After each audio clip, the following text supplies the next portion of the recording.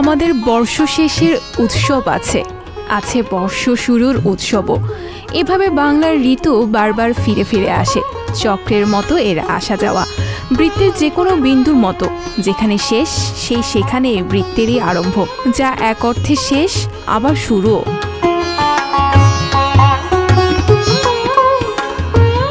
ধারণাগতভাবে বাংলার সংক্রান্তির ধারণায় পুরনো বছরে খারাপ কিছু নেই, বরং পুরনো মানেই সব খারাপ সংক্রান্তি, এমন ভাবনার না। পুরাতনকে নতুন করে তোলার মধ্য দিয়ে সনাতনকে বজায় রাখাই বাংলার সংক্রান্তির মূল ভাবনা।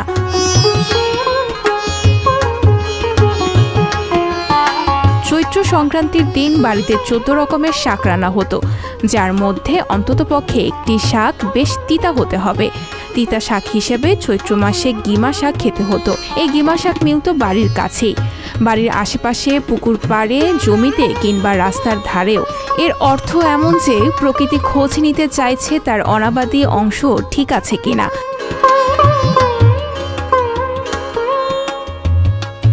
চৈত্র সংক্রান্তির খাদ্য তালিকায় শাক ছাড়া আরও ছিল ছাতু, চিড়া, দই, মুড়ি, খই, তিল ও নারিকেলের নাড়ু। এও যেন শিক্ষা দেয় যে কেবল আবাদি সবজি খেলে শরীর টিকবে না, খেতে হবে বৈচিত্র্যপূর্ণ নানান রকম শাক, সবজি, ফল, মূল ইত্যাদি।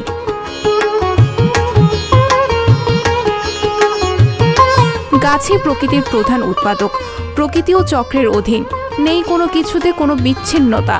চৈত্র সংক্রান্তির খাদ্য তালিকার ছোট্ট এক শিক্ষা যেন এই।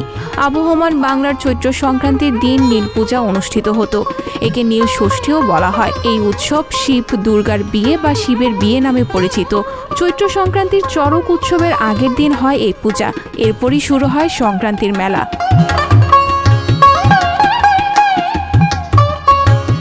চৈত্র সংক্রান্তির আগের কয়েকদিন থেকে পালিত হতো চড়ক পূজা।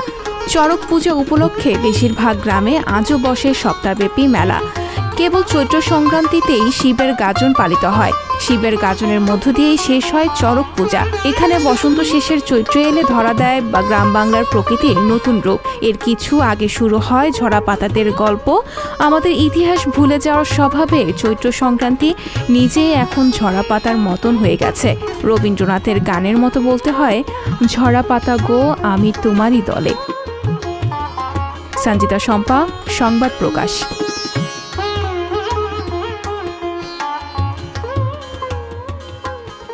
সংবাদ, ফিচার ও অনুষ্ঠানের জন্য ভিজিট করুন সংবাদ প্রকাশের ওয়েবসাইট এবং যুক্ত থাকুন ফেসবুক পেজ ও ইউটিউব চ্যানেলের সঙ্গে।